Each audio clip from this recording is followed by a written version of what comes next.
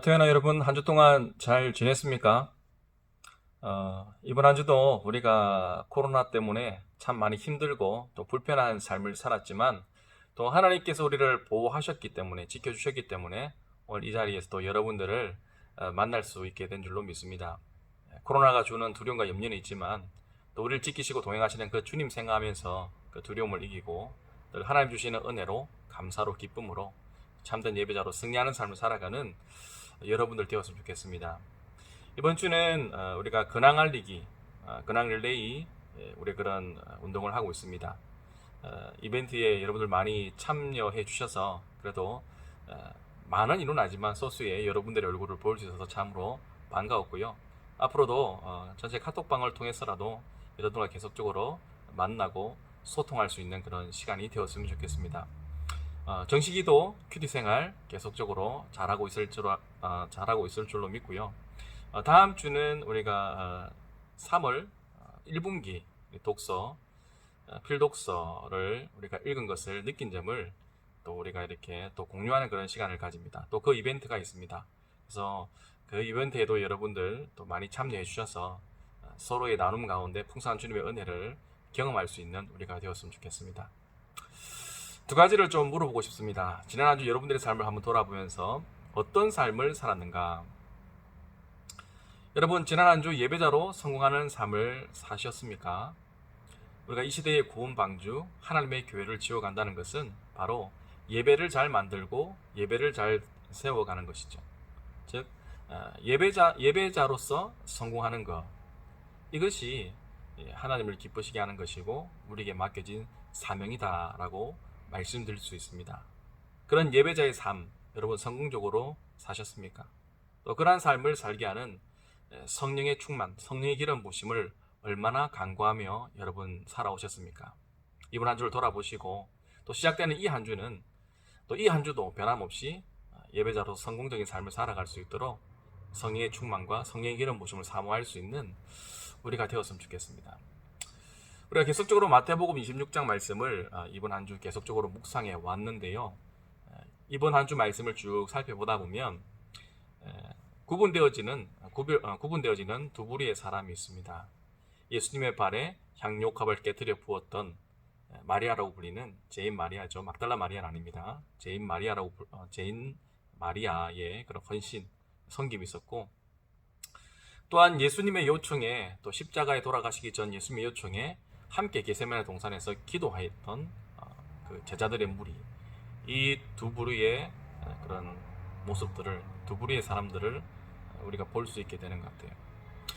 먼저 예수님의 그 발에 향료컵을 깨뜨렸던 이 마리아를 먼저 봅시다. 이 마리아는 6월절에 베다니 나병 환자 시몬의 집에 계실 때에 예수님께 찾아왔던 그런 마리아라 이름 불리는 그런 여인이었습니다. 이 여인이 예수님께 향료컵을 깨뜨려서 예수님 발에 다 부어드리니까 주위에 있던 제자들이 난리가 났습니다. 마태복음 26장 7절 말씀에 한 여자가 매우 귀한 향유 한 옥합을 가지고 나와서 식사하는 예수의 머리에 부으니 제자들이 보고 분개하여 이르되 무슨 의도로 이것을 허비하느냐라고 이야기를 하죠.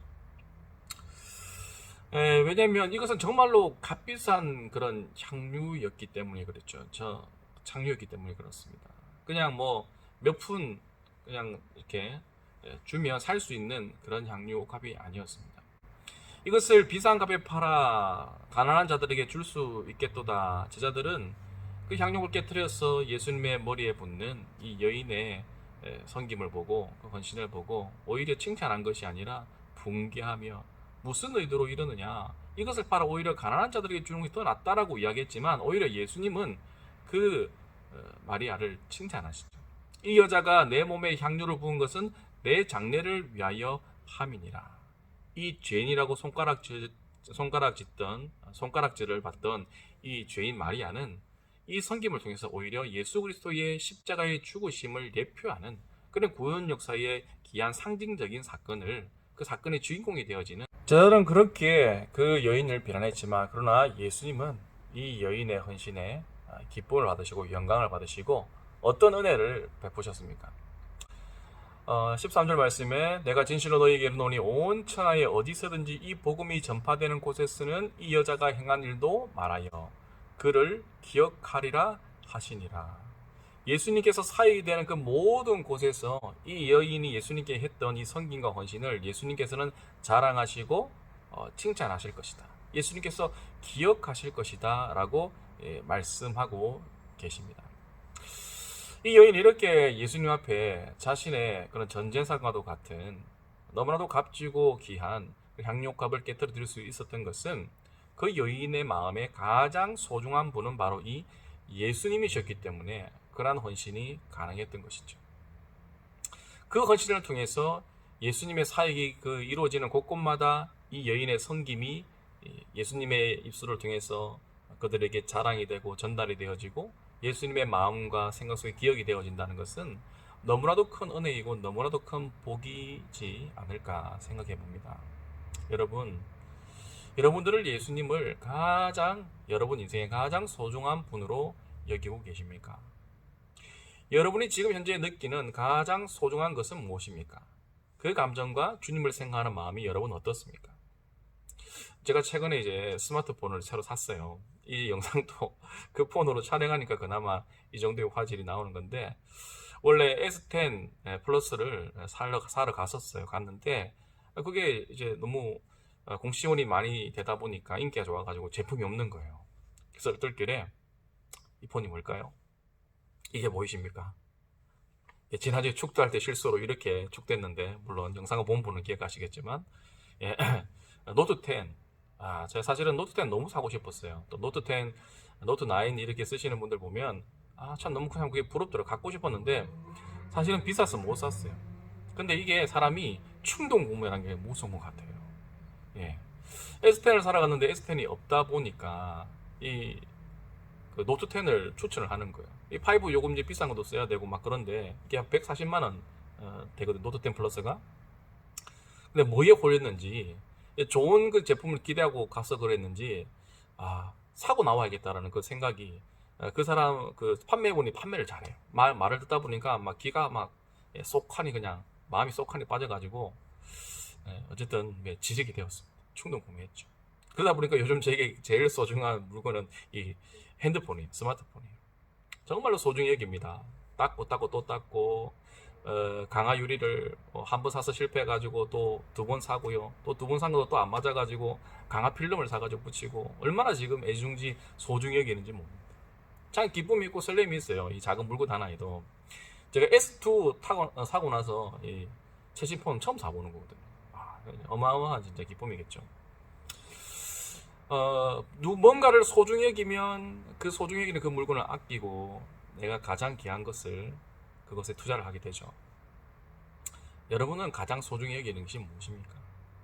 그 소중히 여기는 그 물건보다도, 그 대상보다도 예수님을 더 소중히 여기십니까?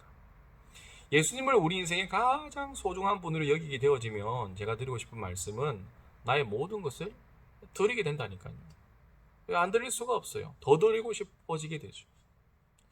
그 여인의 섬김이 수많은 곳에 칭찬과 자랑이 되었다라는 것을 생각해 볼 때 정말 한번 질문하게 되는 거죠. 나는 정말 그 예수님을 그렇게 소중히 여기고 있는가? 나의 섬김과 헌신은 예수님의 기억 속에, 정말로 마음속에 기억이 남는 흔적이 되어지는 그런 섬김과 헌신, 예수님의 칭찬이 되어지는 그런 나의 순종인지를 한번 돌아보게 된다는 거죠.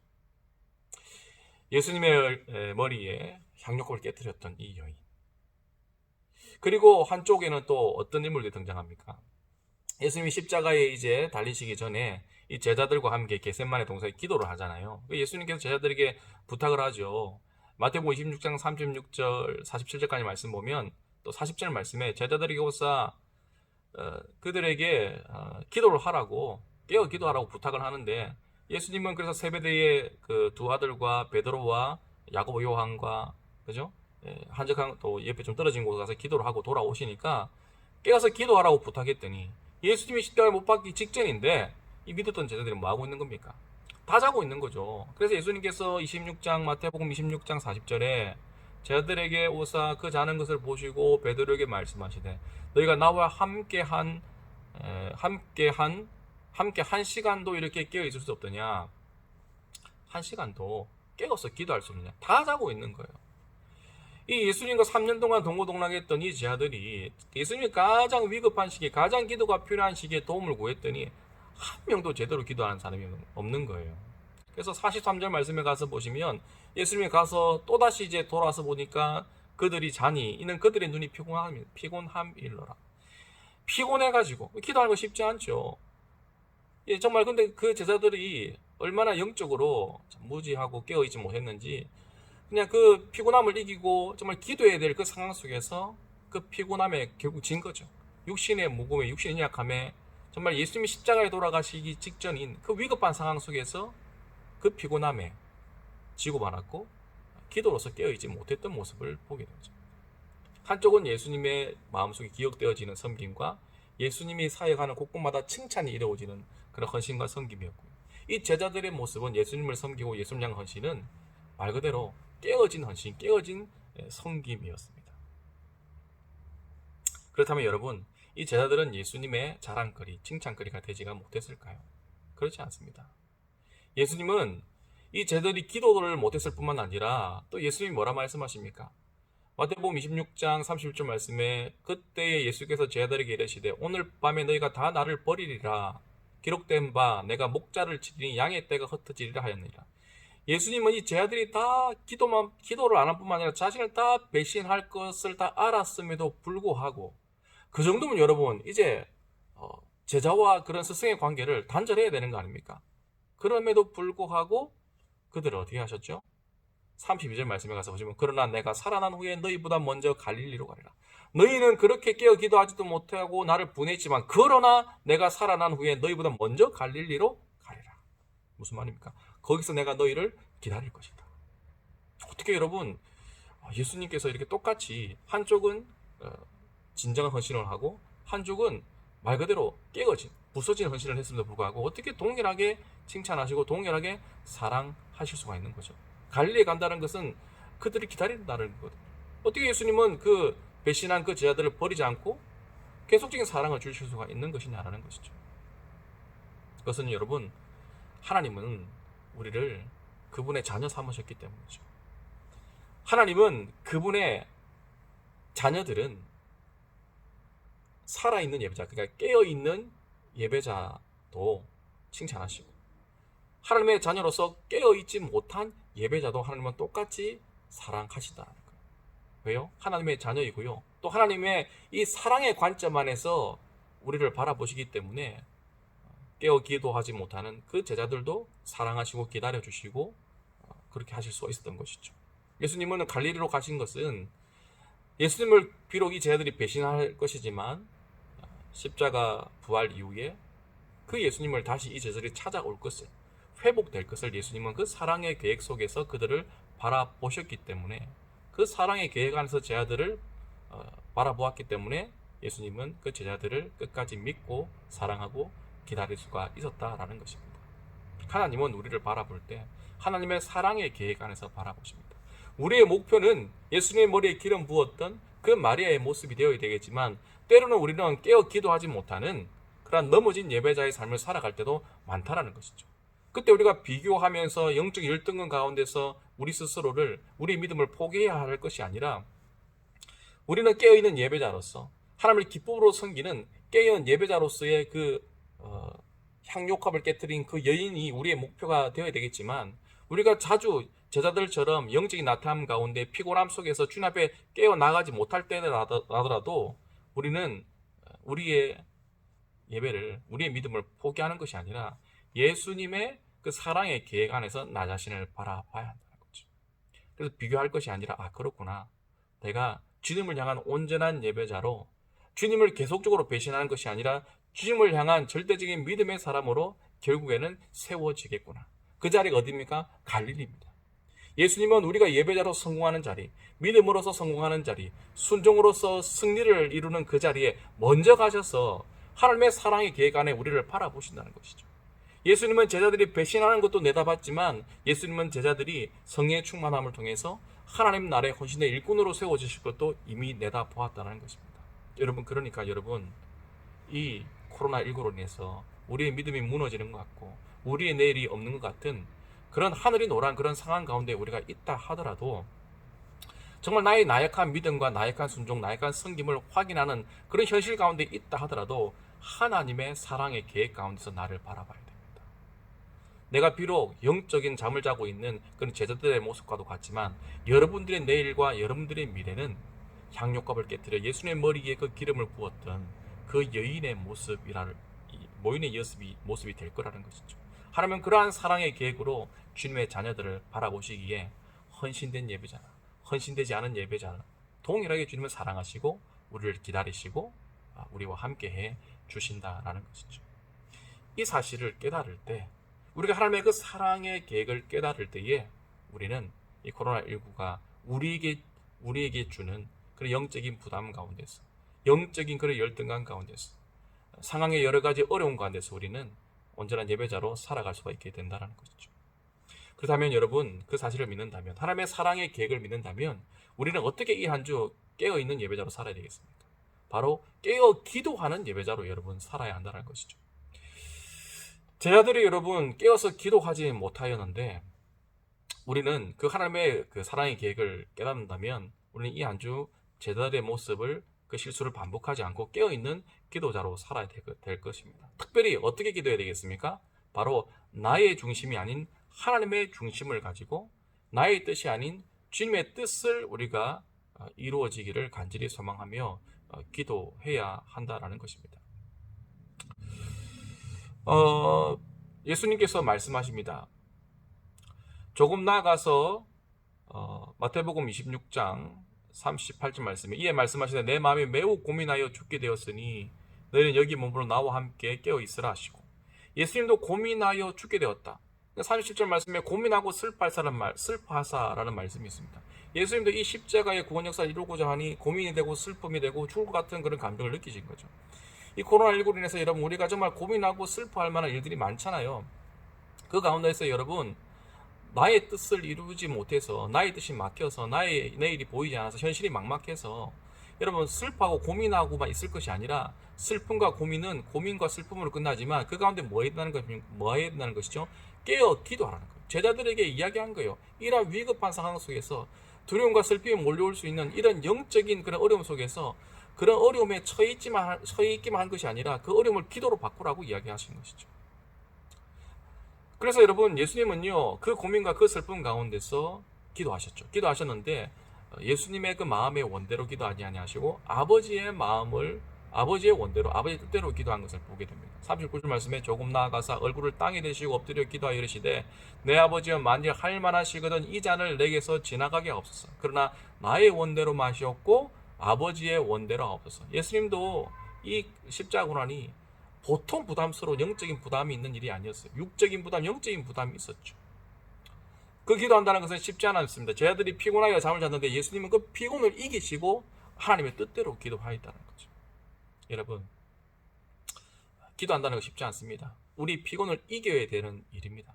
그러나 여러분 우리 삶에 계속적인 고민과 슬픔이 죽는 그날까지 있을 것이기 때문에 우리는 여러분 어떻게 해야 되겠습니까? 피곤을 이기고 우리가 기도해야 됩니다. 깨어 기도해야 됩니다. 어떻게 기도합니까? 하나님의 뜻대로 기도해야 되겠죠. 우리의 간구, 우리의 소망, 우리의 염려를 주님 앞에 해결해 달라고 기도할 수 있겠죠. 또 기도해야 됩니다. 그러나 그 가운데 반드시 들어가야 되는 기도는 하나님 아버지 이 모든 나의 소원을 주님께 올려드리지만 주여 나의 원대로 마시고 하나님의 뜻이 저의 삶에 이루어질 수 있게 해 주시옵소서. 그렇게 기도해야 한다는 거죠. 이번 한 주 여러분 그렇게 한번 기도해 보시면 어떨까요? 여러분들의 여러 가지 기도 제목들을 다 기도드려도 괜찮습니다. 기도하시되 반드시 그 기도 제목 중심에 하나님 아버지 저의 기도 가운데 주님의 뜻이 이루어질 수 있도록 하나님 역사해 주시옵소서. 그것이 예수님의 기도였다라는 것이죠. 이번 한 주도 우리가 예배자로서 우리가 구원방주 하나님의 교회를 우리가 하나님의 성전 되었기 때문에 잘 세워져 가야 되는데 그것은 예배를 잘 세워가는 것인데 특별히 깨어 기도하는 예배자로 이번 한 주 우리가 살아가자는 거죠. 깨어 기도하는 예배의 성공을 한번 이루어 보자는 거죠. 기도로 한번 이번 한 주 우리가 승리하는 삶을 살길 원하고요. 그 기도의 중심에 나의 두려움과 나의 슬픔과 나의 고민을 기도로 바꾸되 하나님의 뜻이 이루어지기를 간절히 간구하며 나아갈 때 하나님께서 우리 삶 가운데 큰 은혜를 주시고 살 용기와 살 힘과 살 소망을 주실 줄로 믿습니다. 이번 한 주도 구원 방주를 잘 지어갑시다. 예배자로 성공하는 삶을 삽시다. 그러기 위해서는 성령의 기름 부으심을 구해야 되겠지만, 또한 오늘 말씀드렸죠. 핵심이 무엇입니까? 하나님의 사랑의 계획 가운데 나 자신을 바라보라는 거죠. 내가 아직은 헌신된 그런 향료컵을 깨트린 여인은 아니라 할지라도, 잠자고 있는 예배자라 할지라도 하나님의 그 사랑의 계획으로 나 자신을 바라볼 때 소망이 있는 것입니다. 희망이 있는 것입니다. 하나님은 우리가 헌신되어 주님 앞에 나아가는 순종의 성공의 자리에, 헌신의 성공의 자리에 이미 그 갈릴리에 먼저 가셔서 우리보다 더 믿음이 좋으세요. 먼저 기다리고 계십니다. 그 하나님의 사랑의 계획이 있기 때문에 하나님은 안심하세요. 그 하나님의 사랑의 계획으로 여러분 자신을 받아들이고 위로해주고 격려해주고 화이팅 외쳐주시고, 그러한 은혜의 가슴으로 맞이하는 것입니까? 깨어 기도하는 예배자, 하나님의 뜻을 구하는 깨어 기도하는 예배자로 이 한 주 살아가서 정말 이 한 주도 코로나19가 우리를 위협하는 것이 아니라 우리의 믿음이 세상을 위협하고, 우리의 믿음이 세상을 장악하고, 우리의 믿음이 사단의 도전에서 승리를 우리가 이루어가는 그런 복된 한 주로 살아갈 수 있기를 간절히 예수님의 이름으로 축복합니다. 하나님 아버지 감사합니다. 이번 한 주도 우리가 살아있는 예배자로 하나님의 구원 방주를, 하나님의 성전을, 하나님의 교회를 잘 지어가기를 원합니다. 예배자로서 성공하는 삶을 살아가기를 원하오니 성령의 기름 부으심을 저희들에게 허락하여 주시옵소서. 성령의 충만함을 저희들에게 허락하여 주시옵소서. 늘 성령을 사모하고 성령을 구하는 저희들이 될 수 있도록 하나님의 도우심으로, 성령의 도우심으로 예배자로 승리하는 삶을 살아갈 수 있도록 주님 도와 주시옵소서. 늘 우리 마음의 믿음을 비교하고 우리 헌신을 비교했던 마음들 우리 가운데 있습니까? 하나님의 그 사랑의 계획 가운데서 나 자신을 바라보게 도와주시고, 비록 지금은 내가 좀 처져 있고 제자들처럼 잠을 자고 있는 것 같은 영적인 나타남 가운데 있다 하더라도 이것이 나의 현재 모습이, 이것이 내일의 모습이 아니라 이 현재에서 더 나은 모습으로, 향료컵을 주님께 깨뜨려 드렸던 참 예배자의 모습으로, 깨어 기도하는 예배자의 모습으로 내가 나아가게 될 것을 바라보면서 주님의 사랑의 그 계획으로 나 자신을 보듬어주고 안아주고 사랑함으로 말미암아 우리 삶 속에서 살아있는 예배자의 삶이 잘 만들어지고 세워져 갈 수 있도록 주여 은혜 베풀어 주시옵소서. 하나님의 사랑으로 나 자신을 사랑하고 하나님의 사랑으로 나 자신을 보듬어 줄 수 있도록 도와주시고, 그 사랑으로, 그 사랑의 가슴으로 깨어 기도하는 예배자로서 나의 중심이 아니라 내가 가장 사랑하는, 내가 가장 소중히 여기는 그 주님께 하나님 가장 기뻐하시는 기도, 주님의 뜻이 이루어지기를 원합니다.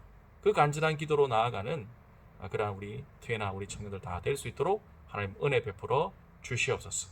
이번 한 주도 주님께서 동행해 주시고 삶의 현장 속에서 작은 승리 하나님 맛보면서 그 작은 승리를 통해서 우리 삶 속에 참된 믿음이, 정말로 진심으로 주님을 향한 찬양과 사랑이 고백되어지고 회복되어지는 그 은혜를 경험할 수 있도록 축복하여 주시옵소서.